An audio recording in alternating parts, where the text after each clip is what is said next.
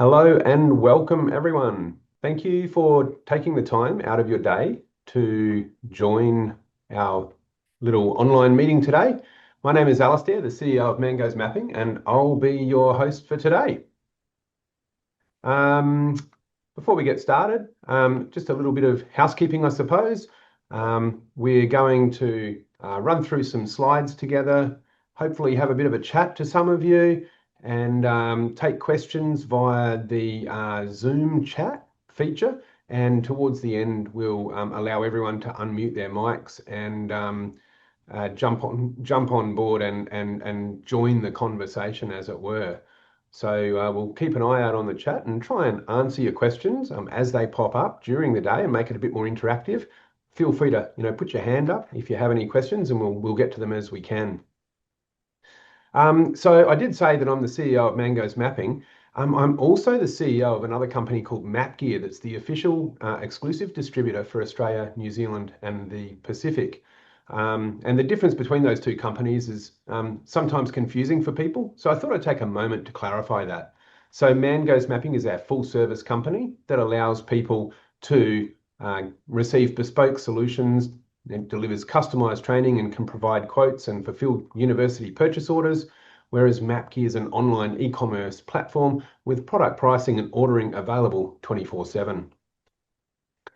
Throughout today's discussion, we're going to take a quick look at the basic concepts of RTK GNSS for any users or potential users of GNSS that have joined us today, but still need to understand the basics. And we'll talk about how that delivers precise positioning. We'll introduce Emlid, the brand of GNSS receivers that we'll be talking about today, and review their latest lineup of precise positioning GNSS products.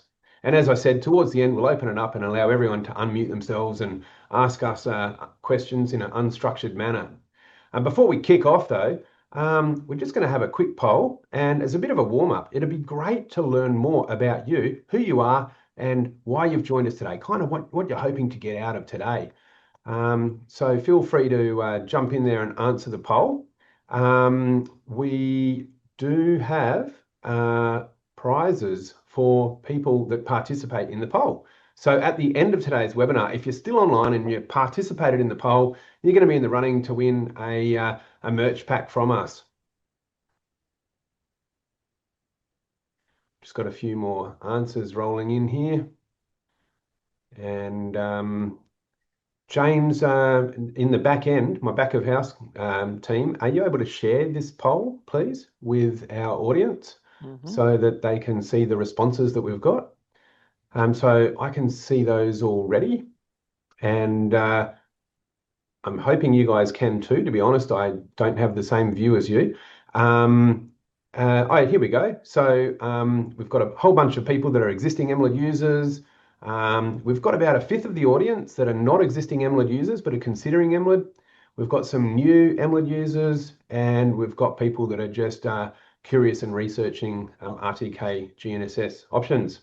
So let's crack on. We'll have a quick look at a basic overview of what is GNSS and what is RTK GNSS, and then we'll get stuck into some of the other items in today's discussion.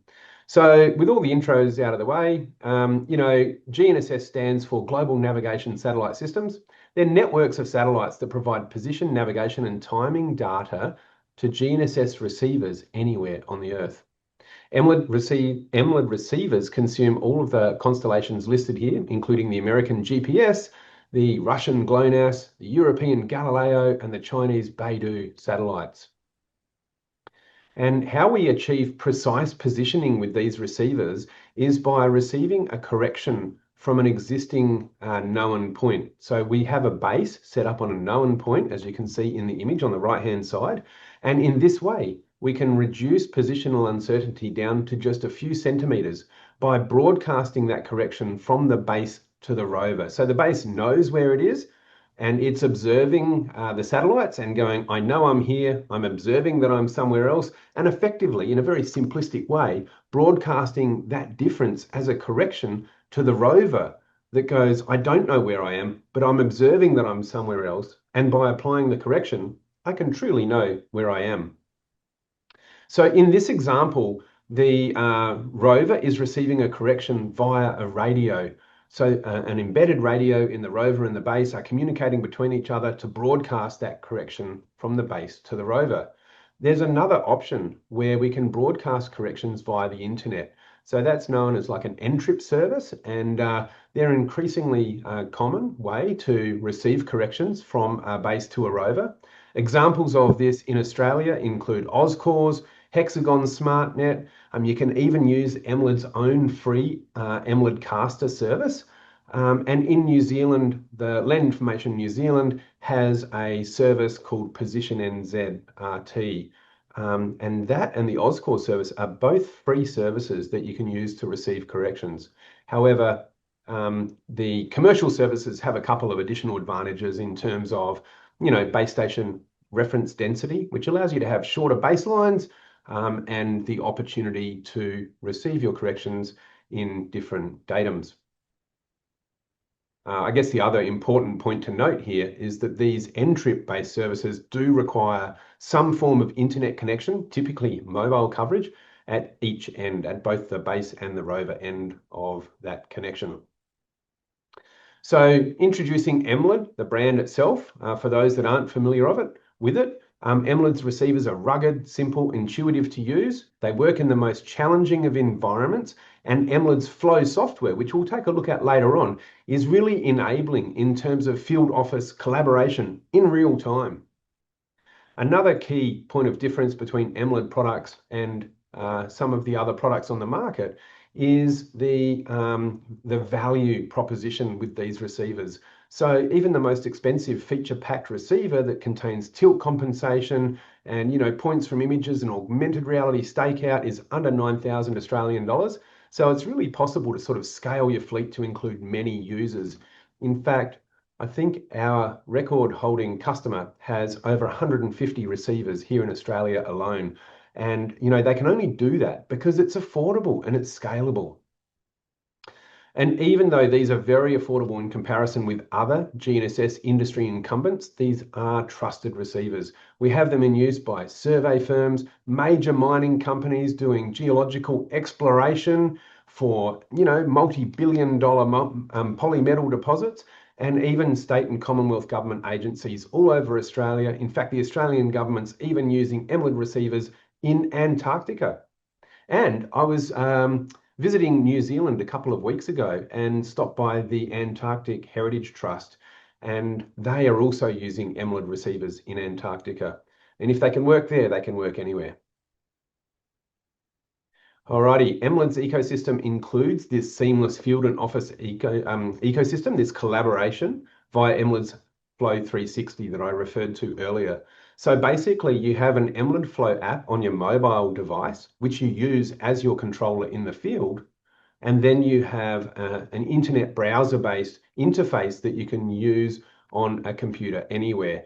And what you can do with that is incredible. We'll go into that in more detail later on, but basically it streamlines this communication between, the office, which might be your survey manager, and the guys out in the field. And that's exactly how the Australian Antarctic Division are doing it, with a survey manager based in Hobart, loading and updating projects every day, and users down in Antarctica connected to the internet, seeing these projects pop up on the Emlid Flow device on their mobile receivers. So today we're going to take a look at the new range of Emlid products which have recently been released. But just before we do that, let's have another quick poll, and I'd like to hear from you guys and find out specifically what Emlid gear you've used before, because so many of you are existing Emlid users. I'd love to know what you're using and how you're using it. I think if you scroll down, there's a second question in the questionnaire that provides you the opportunity to flag how you're using the Emlid gear. And while we're still waiting for some poll responses, I can see that amongst the people that we've got on board, I thought I saw a guy in there called Chris Cassiotis. Are you there, Chris? Guys, if you can see Chris from the back office, can you unmute him, please? Have you got me now? Hey, I can hear you, Chris. How are you? Good, yourself? Good, mate. Look, I'm picking on you. I hope you don't mind. I just know that you use a wide range of Emlid gear, and maybe while the poll results are coming in, do you want to take just a minute to share how you use the Emlid gear? Yep, so I've got the RS2 Plus and the RS3, and I use that purely as a base and rover. My main work's asset locating and mapping. Then I've also got the awesome little RX that I use mainly on the GPR, but also use it in the Emlid Flow app as well to plot services when we've got really good reception and yeah, we use that a fair bit. Yeah. Yeah, great. Yeah, no, that's awesome. And you rate the gear? You've obviously gone back for a second crack at it. Yeah, yeah. No, we absolutely love it. Like you said before, the price point is awesome. It's made it very affordable for me to get into that area and do the mapping that I really really enjoy and wanted to do and to provide to my customers. So it's just Emlid's made it very easy for me to get in and compete with a lot of the big boys and produce quality reports. Yeah, and how's your experience with the software, like using your phone as a controller out in the field? Because that's pretty non-traditional. Correct. Yeah. No, fine. Absolutely fine. I have got a slightly bigger tablet that I use every now and then, but I mainly find I just use a phone. It's just easier. It's there. It's with me all the time, Yeah. and yeah, just go with that. Yeah, I do a lot of field work myself, and I love that I can just jam my controller in my back pocket, which I never used to be able to do with Yeah. the big boys, you know. Yeah. And so that's pretty handy. And I got to admit, every now and again, I cheat and I bust out an iPad when I Yeah. want a bigger screen. Like you know, the Flow, you can upload land XML surface files into it, and you know, do cut fill stakeout as well on large construction projects. And when I'm doing those, sometimes I find it is easier to have that bigger screen. Yeah. So I think we spoke about it the other day, but I did a large project that had 30 odd boreholes that we had to clear along an old railway corridor, and we just used I loaded it all into Emlid Flow and just did the stakeout and just drove to every hole and cleared it, and away it went. It worked fantastic. It Yeah, really went great. really well. Yeah, all right. Hey, thanks for opening up online, Chris. Not everyone's willing to do that. I appreciate your time No, that's today. all right. No worries at all. Good on you, mate. Well, let's just have a quick look at the poll results. So it looks like the majority of our users are using the Reach RS2 Plus, and that's a receiver that uses the LTE modem if you're receiving corrections with a SIM card inserted in the receiver. It's a L1, L2, E1, E5 receiver. So dual band receiver, and it doesn't have tilt compensation, but it is still a formidable receiver, and it does allow you to have base rover communications with its integrated radio and integrated memory for logging raw data for doing static and all sorts of useful things like that. I see we've got a couple of people that are even using the Emlid and Pix4D scanning kit. So that's a very powerful solution that allows you to combine your very compact, well, this one's actually the latest RX2, but your compact Reach RX or RX2 with your phone and the LiDAR in your phone and be able to do effectively mobile terrestrial scanning with your phone that's RTK georeference processed easily on the cloud, and you're knocking over 3D models in minutes. Down into the tasks that we've got here. So we've got a few people doing 3D modeling, just one doing aerial survey. That's interesting. We often see Emlid's picked up for aerial survey as a base for DJI drone products. We've got field consulting, engineering, asset capture is a big one. Well, that's great. And detail survey. Yeah. Oh, that's really interesting. All right. Well, thanks everyone for sharing. I'll try and keep those results in mind as I continue to communicate. All right. So moving right along to the new range, as I indicated, the Reach RX2 is the best. Yep. Am I sharing? Have I been sharing my screen? Good. All right. I think I am now, if I wasn't before. So the RX2 is the best receiver for fast-moving field teams. If you're switching between sites and need that centimeter level RTK without complex setup or additional steps, this is the receiver for you. It's a great fit for utilities, GIS users, telecoms, construction, water management, and environmental research. It's really, really easy to use. And I say that because there's really no setup required. The unit comes pre-configured. All you need to do is to connect the RX2 via your phone's internet to a CORS or Ntrip service.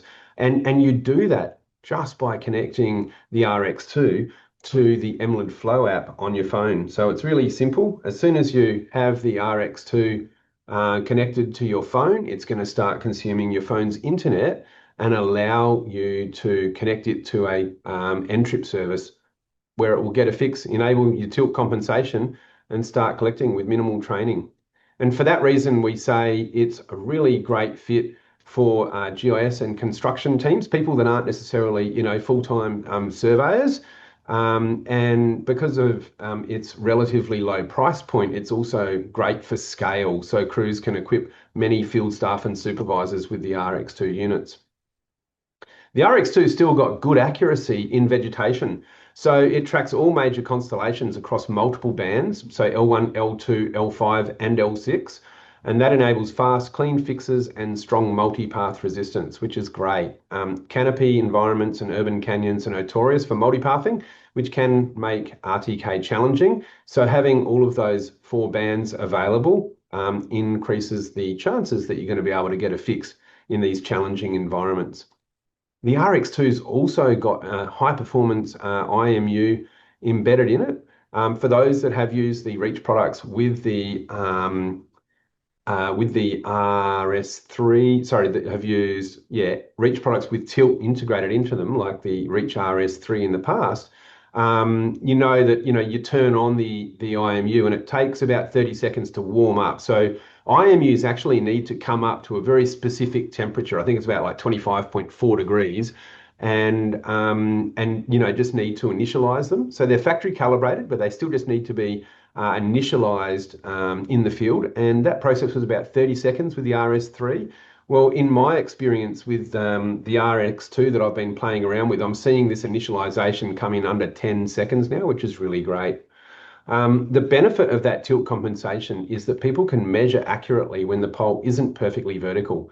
So you can lean it out from walls or tight corners or from overhangs to still get a reasonable sky view and maintain your fix.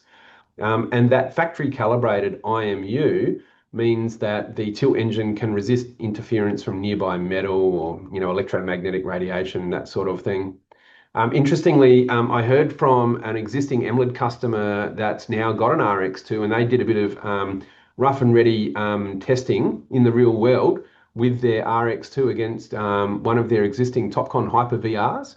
So they're a customer that's using both Topcon and Emlid, and he reported that some of those tilt compensation points deviated by 80 mil on the Topcon units, whereas with the Emlid RX2, he was observing a consistent sort of 10 to 15 mil variation when the unit was on tilt. So pretty good performance there.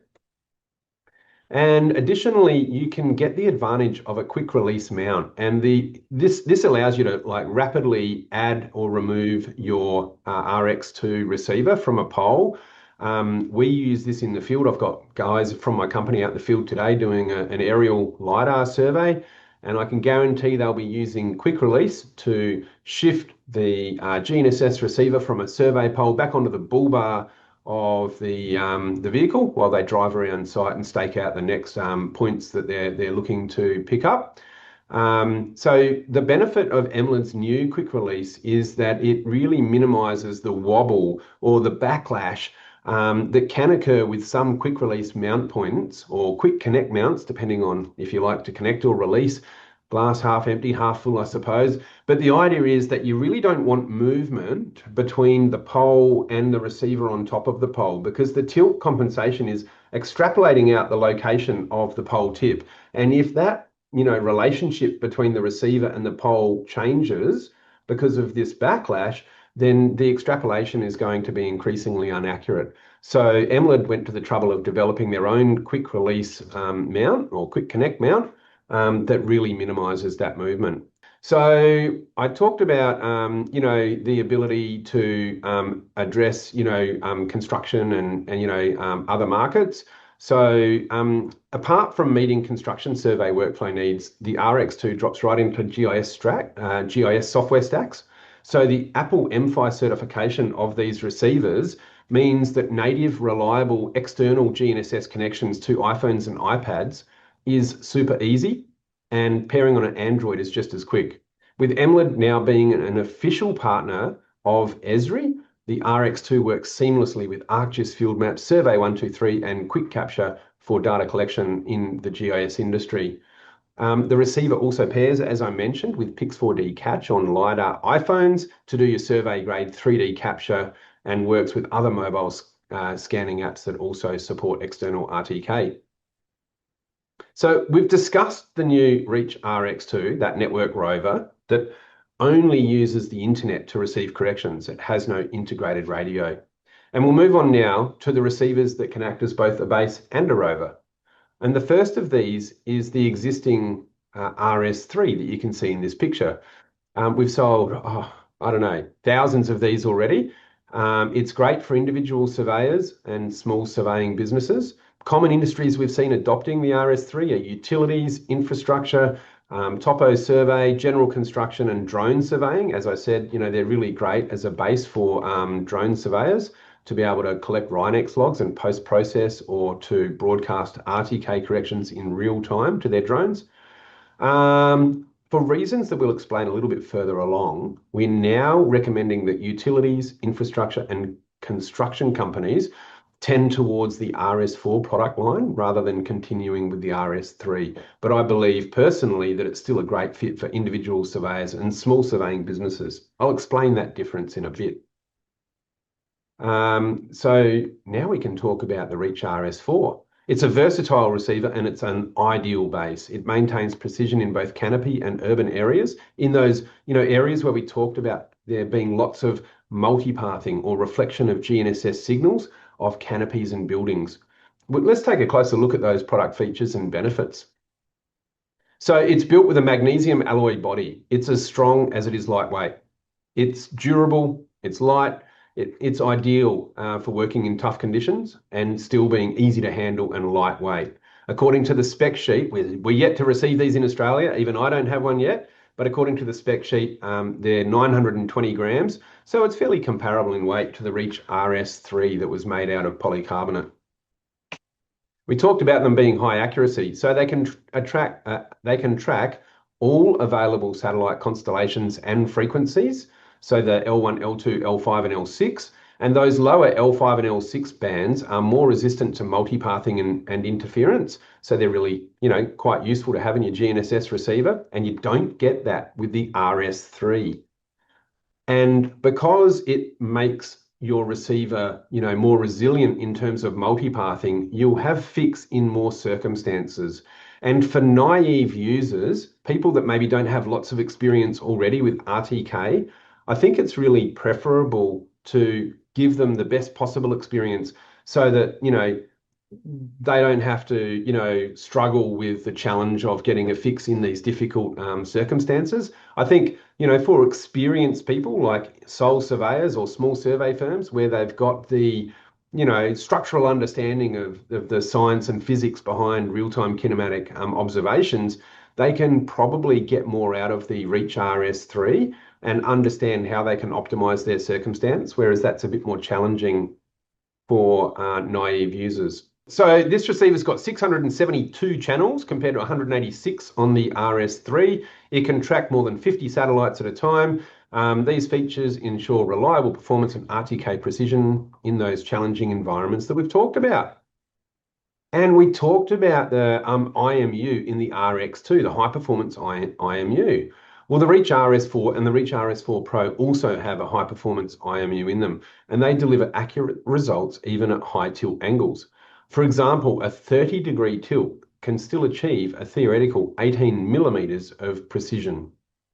The compensation mechanism acts with just a few moves.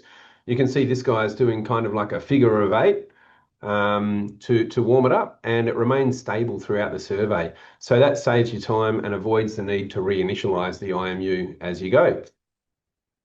The RS4 also contains a dual radio, and this is kind of big news. So yeah, the RS3 had an integrated LoRa radio, and it could receive corrections on 450 UHF 450 megahertz, band in a trim talk format. But for the first time, Emlid have released a receiver with an integrated 450 meg transmitter.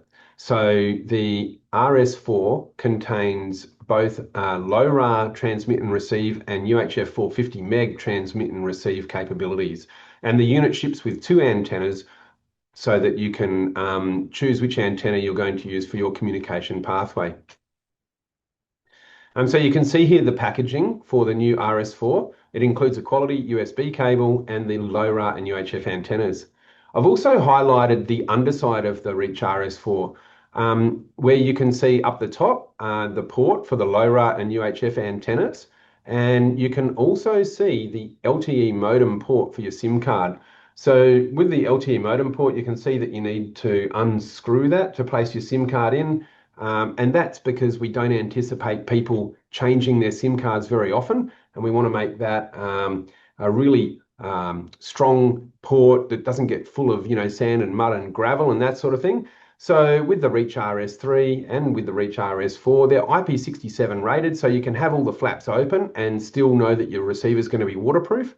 The challenge with the RS3 was that if your LTE modem port, your SIM slot got full of gravel, it made it just hard to sort of slot the SIM card in.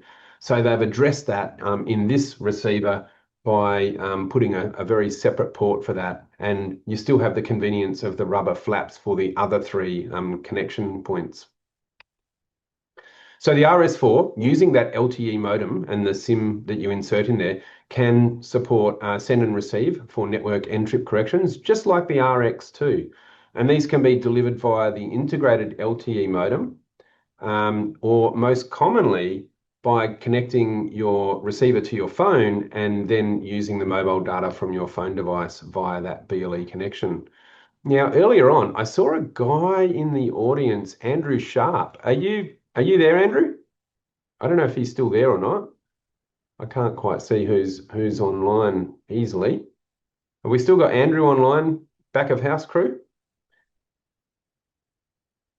No, maybe not. Okay. Well, it was a bit of a thing. I thought if he was online, we might get Andrew to talk about how he's using the the SIM slot. I know that Andrew's got an almond orchard, and he's done a lot of work with the Emlid gear for spray control. And yeah, now I've just maxed out my view and I can't see my notes. Good. It's kind of fun. Anyone next door wants to pop over and help me get rid of this? Oh, there we go. Beautiful. All right, great. Sorry about that. Anyone that knows me knows that while I'm pretty good with GNSS, me and technology, we have a mixed relationship. All right, okay. So anyway, you get the idea that you can use that Emlid caster. You don't have to use Emlid caster, of course. You can use all these other external, end trip correction services like OzCores, SmartNet, or Position NZ. But you can use Emlid caster to create an internet pathway to broadcast corrections from your own base to your rover. And that can be really handy if you're working in an area where the radio coverage just doesn't cut it. Maybe there's a hill in the way, or you want to communicate to your drone via your drone controller, or communicate to a tractor. So Andrew works in these almond orchards, and it's a bit of an RF sync. And so for him, he likes to be able to, I still have a problem here. Can I get someone from next door to pop over for a sec and help me, please? Yeah, he still has the opportunity to get corrections on the rover that's mounted on his tractor via N-Trip. Great, help is arriving here. So what I want to do, I've gone full screen here, and I don't want it to be full screen. Hi everyone, this is Wendy. Round of applause for Wendy. Because I maxed it out to see if Andrew was online, and now I just can't see anything. All I can see is all this stuff. Sorry everyone. I just need to be able to get back to my controller so that, no, that's not even helping. I just need to not full screen this thing. Unanticipated challenges of a live demo. All right. Oh, look, and we pop up down the bottom. That's kind of cute. I'm going to answer a question to Chris has said, when using the RS4 to transmit 450 megahertz, do you as the supplier need to upload the something? James, if you're able to unmute Chris for a minute, maybe he can just ask me that question. Oh, upload the ACMA licenses, or can transmit licenses be input by the user? Chris, that's a great question. We haven't yet taken receipt of these receivers. I think that it is possible for the licenses to be uploaded by the user, but I would need to take that question on notice and get back to you. So if you don't mind, we'll respond to you outside of the webinar to confirm that. Great. All right. Okay, so we're going to move on now to the Reach RS4 Pro. So this is the all-band RTK receiver. It's very similar to the RS4, except that it's got integrated machine vision cameras for augmented reality guidance for stakeout and visual data capture. So it still has, the other features that you'd expect, and we'll talk about those in a minute. Both the RS4 and the RS4 Pro are available with an elastomer bumper to protect the receivers if you pole drop them and extend their life. And both of these receivers are also engineered for repairability by certified service technicians such as ourselves. So in this image, you can see the machine vision forward-facing port, and just down from that, you can see the downward-facing port. We'll have a closer look at those in a minute. But effectively, visual stakeout allows you to import your design and to be able to select point signs and polygons and stake them out. It is still possible to import surfaces, digital terrain models, or design surfaces into Emlid Flow via Land XML. However, you won't be able to visualize those surfaces using the augmented reality stakeout feature. So if we take a closer look at this, you can see here some of the screen grabs of that augmented reality guidance. So stakeout becomes visual, and this shows up on your phone even though the view is the sorry, I was just reading Anthony's question, even though the view is coming from the machine vision camera. So Anthony, the camera will show everything that's within the field of view of the machine vision camera, including marking on the ground like paint marks, hydrants, and that sort of thing.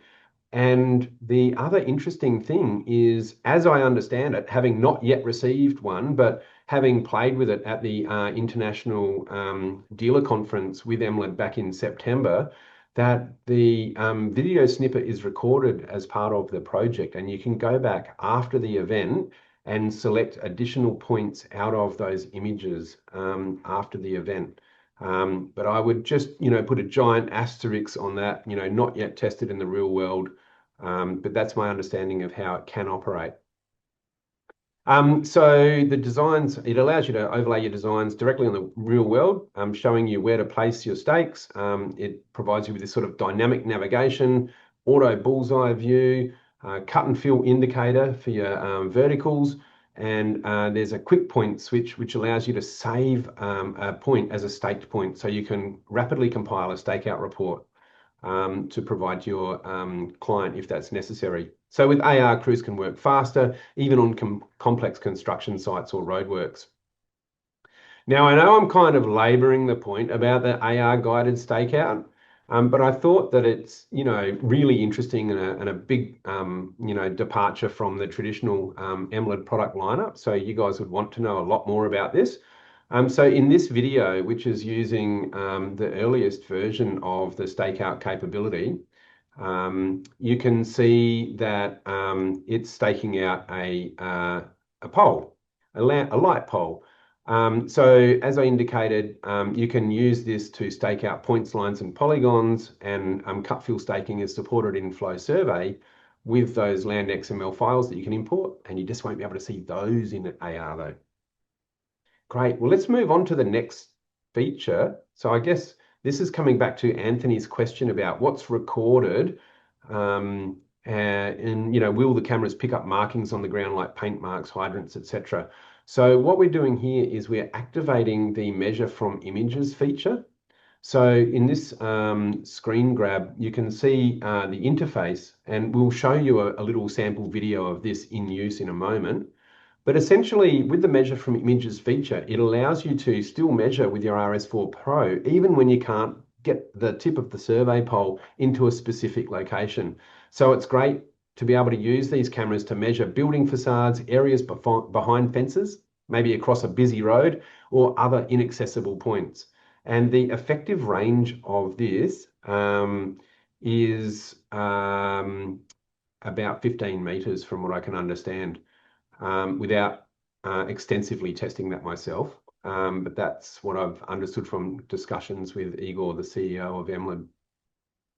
So this obviously allows you to save a lot of time in terms of setting up a total station and doing, your back sites and your foresights, and allows you to sort of stay out of hazardous areas, but still acquire data in those areas. So great for around or across water, getting behind fences, hollow fences, I suppose, that you can see through, not solid ones. Although I'm 6'8", so I can just see over them all anyway.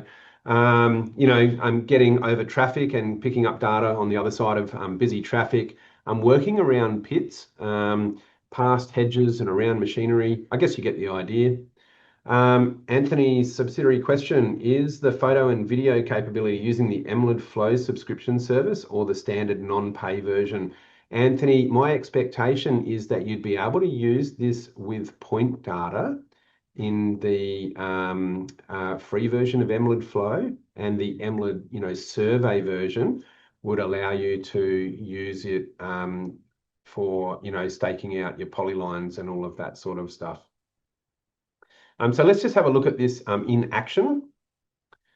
Quick explainer for this one. So using the remote point capture feature in Emlid Flow, prompts the Reach RS4 Pro to capture a video of an area. So as you activate it, you sort of like move around and past an area and capture that area from different angles.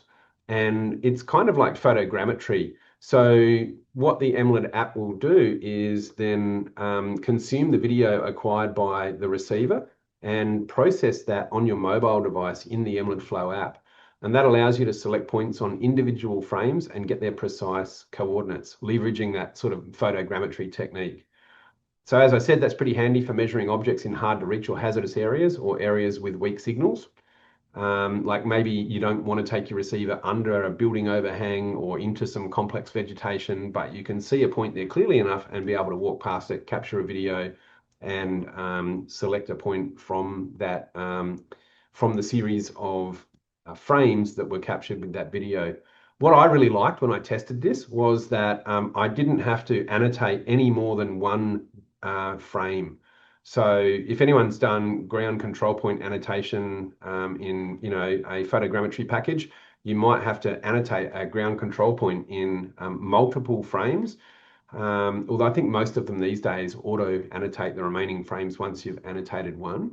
But that's exactly what Emlid Flow is doing too. So you just annotate one frame, you just select that point in one frame, and then as you move through the other frames in the video, you can see how that, you can see it here in the video, how that point is represented from a different angle. And that allows you to go, yeah, you know what, I've actually haven't quite got that right. Let me annotate it in this image and then have a look at the other images. And you can do that until you get that right.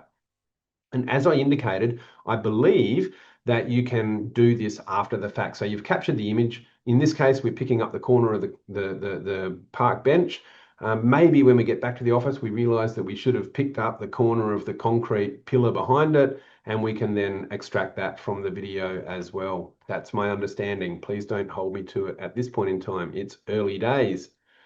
So beyond the augmented reality, stakeout and the points from image capability, the RS4 Pro has all of the other product enhancements that's found in the RS4, including that magnesium alloy housing, the modern L1, L2, L5, L6 GNSS board and high sensitivity antenna, the high performance IMU, and the integrated base and rotor UHF and LoRa radios. And of course, it's got all the same connectivity options as well. So what I've done here is stuck in a view of the receiver from the bottom, and you can sort of see the downward facing machine vision camera and the forward facing machine vision camera on the side, or at the very bottom of that image. So I said before, that this is something that we think is most appropriate for customers that are looking to do sophisticating survey workflows, but with, relatively naive users. So don't get me wrong, it's going to be really fantastic for professional survey and engineering firms that are already familiar with RTK. I mean, if you think about the functional alignment of this with some of the, top tier industry competitors, like maybe a Leica GS18i, it's offering, comparable capability at just a fraction of the cost.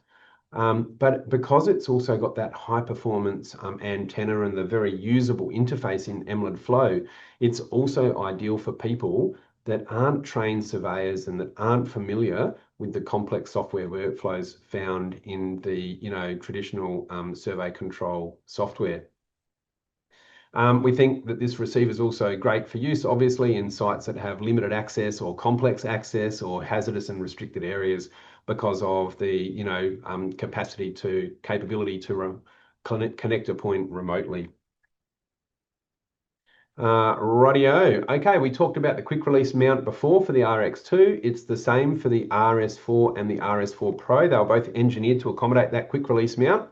And I don't know if this is going to work, but up in here, you can see that these receivers still come with a standard 5/8 by 11 thread that will allow it to thread directly onto an existing survey pole. But integrated into that is the capability for this to work with the quick release mount as well. Okay. And because the RS4 and the RS4 Pro are still on pre-order, if you order those today, or at least until we start shipping them, you'll be able to secure a free quick release adapter, a free Emlid quick release adapter with the RS4 and the RS4 Pro as well. Look, we've said it before, the Emlid receivers are value packed and they're all available under 9K, so it's possible to scale your fleet to include many of them. Even the top of the range base rover kit comes in at under 16,000 Australian for both, including both. And that includes tilt compensation on both units and the imagery capability, the augmented reality capability on the rover. So that's incredible value for money. Just a word on Emlid Flow for those that aren't aware of it. Emlid Flow and Emlid Flow 360 work together. Emlid Flow 360 is the sort of office-based or internet-based, browser-based software that allows you to create projects, to upload data, to download data, to see what's happening in the field. And as you can see here in this video, a user is creating a project using Emlid Flow 360 in the office. And as soon as they're creating that project and importing that data is visible on the mobile device in the field. And that can be, hundreds or thousands of kilometers away, but it's still able to see that data. And this was really evident to me when I was demonstrating Emlid Flow at Intergeo, and my guys were out doing a mine site survey in Australia. And I went into the list of projects in my Emlid Flow account, and I could see the work that they'd done back in remote Australia, even though I was in Germany. So that's really handy and enables real-time collaboration between the field and the office. We've got a survey company in Sydney that really likes this feature and uses it to send surveyors directly from one job to another without them needing to come back to the office and upload a project onto their controller. What Emlid have effectively done here is decoupled the controller from the software from the receiver. So any of them will work with anything. So you can grab any phone and use it with any receiver with a minimum of fuss, and you can log in on that phone to any account and see all of the, projects associated with that account, and the subscriptions associated with that account. So it's incredibly versatile, flexible, and collaborative, which is quite new for this industry. So once a project's been set up and your team out in the field is working with Emlid Flow, I've chosen to show this in the Emlid Flow 360 interface because it's easier. It's sort of like a landscape interface to show you this. In this example, the user's activated the inverse function. So the Emlid Flow inverse tool calculates geometric data between two or more existing points, such as distance or height difference and direction for those point-to-point calculations between 2 points. Or for 3 or more points, you can even calculate area and perimeter and slope distance and slope perimeter and all of those sorts of useful things. So you can capture reliable survey and control data with coded attributes in Emlid Flow. You can lay out design features with offsets and verify their elevations. You can stake along a line at regular intervals, along and offset from lines and polygons. You can run QA checks or update your data immediately in the field using the COGO tools, and even calculate local coordinate system parameters or adjust the existing one to fit control points in the area if needed. Alrighty, when new data is captured in the field, it does appear automatically in your Flow 360 project, back in the office as well. There's no delays, there's no manual transfers, it's instant and immediate. So it's a great complete and closed loop workflow. The survey workflows available to you in the apps depend on the selected plan, either free or survey. So survey gives you more capability in the field and in the office in terms of coding and introducing your own custom WMS data in the background, or importing polylines and polygons, capturing polylines, polygons, surfaces. But Emlid Flow 360, that desktop companion, is available as part of the free solution as well. So if all you're doing is collecting and staking out points and not using codes, you can do all of that in the field and see all of that repatriated immediately back in the office too. One final word on this. You can save 10% right now on the existing product range up until December the 8th. So the biggest discount available, I think, is $529 on the Reach RS3. You don't have to use any promo codes. Just jump onto the MapGear website and you can get that discount. It's applied automatically. However, I will note that we do have limited stock available. So Emlid have stopped manufacturing the Emlid Reach RS2 Plus and the Emlid Reach RX. And once they're gone, they're gone. We'll be selling the RS3, the RS4, RS4 Pro, and the RX2. So there's discount on this stuff. We know that this stuff will be popular, and we don't really have to sell it out at discount because people will still want these specific models. But for the moment, they're available at a discount. If you'd like to know more or speak to a human and buy these in an offline environment, you can chat to our sales and support team at Mangoesmapping. Or, as I said earlier, you can jump online and buy them from MapGear. Just a quick word on Mangoesmapping. We do have heaps of online resources available. So we've got a great YouTube channel. It's even picked up an award for workforce development and inclusion. There's lots of helpful content there. And on our own website, we have a resources page which lists videos, webinar recordings, news articles, case studies, and more. So keep an eye out for that. Let's just have a look. I'm going to jump now to questions and see what you guys have got to say. I invite you to join the conversation at this point and fire all your questions at us. How many people can log into a single Emlid Flow account that has the survey module with it activated at the same time? Great question, Chris.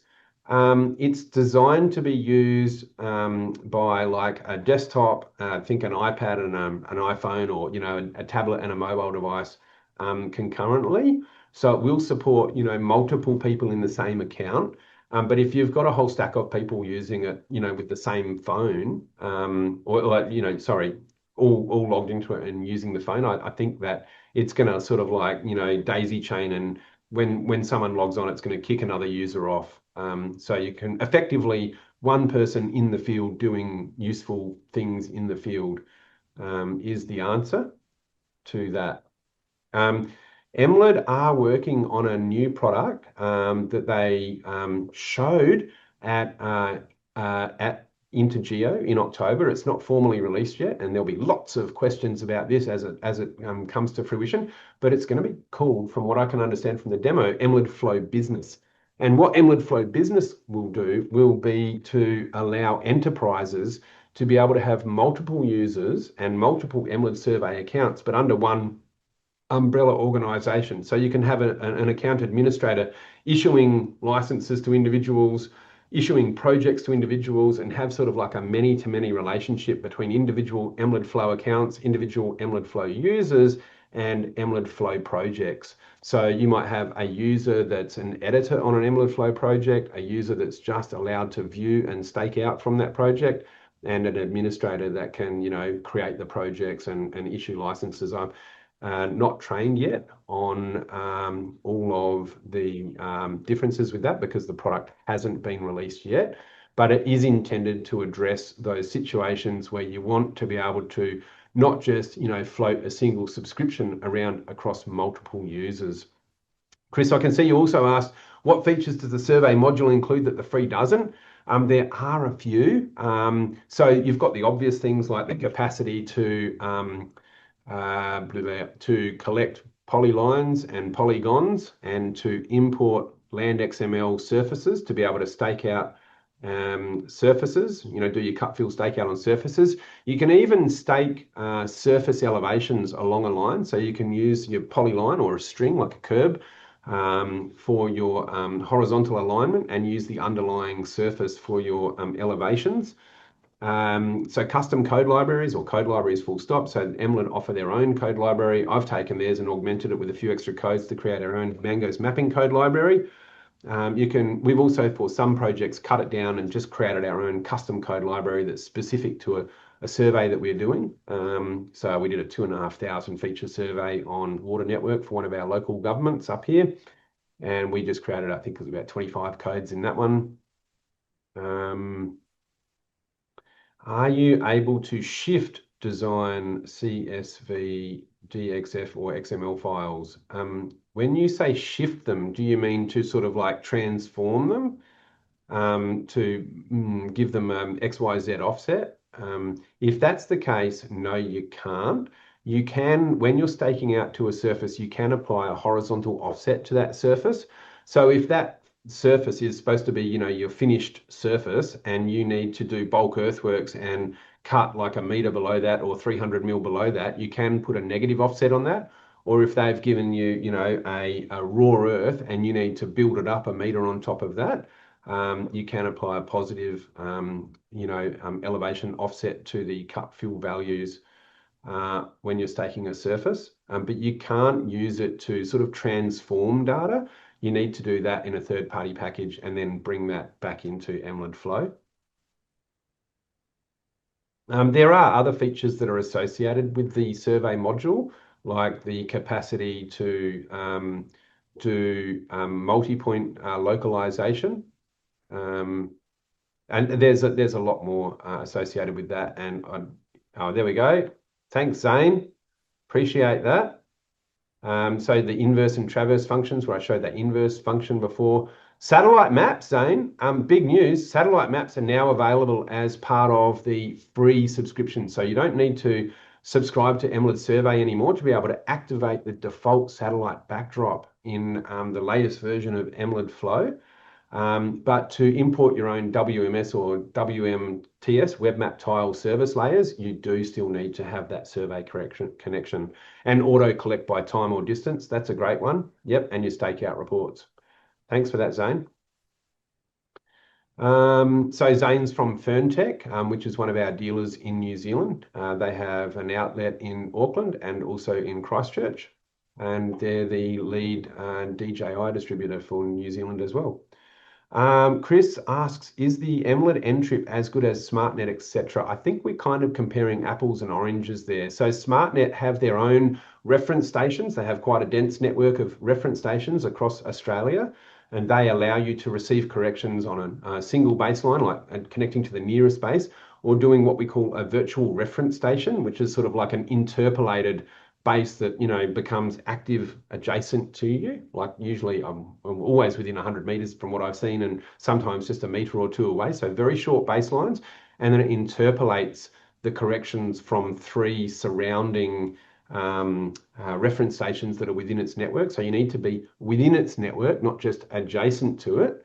And then it can interpolate on each individual satellite and give you those corrections. And it also allows you to select a different mount point for, GDA 2020 versus GDA 94 and that sort of thing. Emlid, for example, with the Emlid caster, it's just kind of like a mirror. It just regurgitates back out whatever you feed into it. So to use Emlid caster, you need to have your own mount point. So you set up a base over a survey mark, and then you send the corrections from that base to Emlid caster, and then you can connect one or many rovers, up to 10 rovers at one point in time, at any point in time, to that mount point. So the free Emlid caster setup is free. You don't need the survey plan to use that.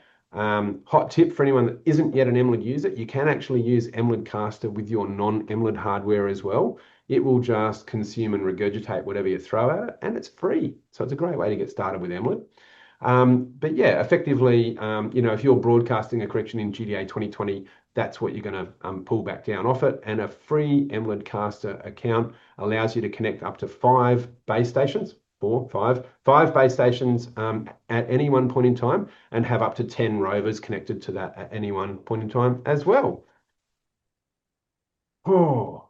Chris, are you able to unapply a localization/site calibration at the end of a job so that you are left with the raw measurements? Do I have a demonstration of the localization function? The answer to your first question is when Emlid collect the information, I believe that the CSV report gives you the raw observations for each point as well as the local datum observations. Wish I had one of my survey team here, but they're out in the field today to answer that with a higher level of confidence. But you certainly get your ellipsoidal height as well as your local geoidal height. And I don't have a demonstration of the localization function that I can share with you, Chris, but there is lots of documentation online, and I'm pretty confident that Emlid will have something on their website around that. If you need more information, please definitely reach back out to us. Have we got any other existing Emlid users that want to chat about their experience? I mean, I guess we've gone through an entire hour now. God knows who's even left online. But if anyone is interested, I'd love to open up the mic to any other existing Emlid users that want to chat about their experience. If you do, just put your hand up. There's a little react button, or feel free to unmute yourself and just jump into the conversation. Hello, Alistair. It's more a question on the RS4 Pro, not so much experience levels. But that would be an interesting one. Our background, like for Chris and myself, utility location. So that's why I asked about the camera, what I can see. This is Anthony? Yeah, sorry. Yep. It's Yep. Anthony. Yep. So, yeah. So once that's in, that'd be an interesting product to see and how that interacts with, marks on the ground that someone's done when they've located the service area, because that's a great way of outputting that data. So it just makes the Emlid subscription a bit more feasible for companies like that. Yeah, yeah. I mean, I do like that capacity to be able to acquire data after the fact, without having to go back to the field. Intuitively, I feel like if it's on the ground when you're out in the field, you should be picking it up while you're out there. Yeah.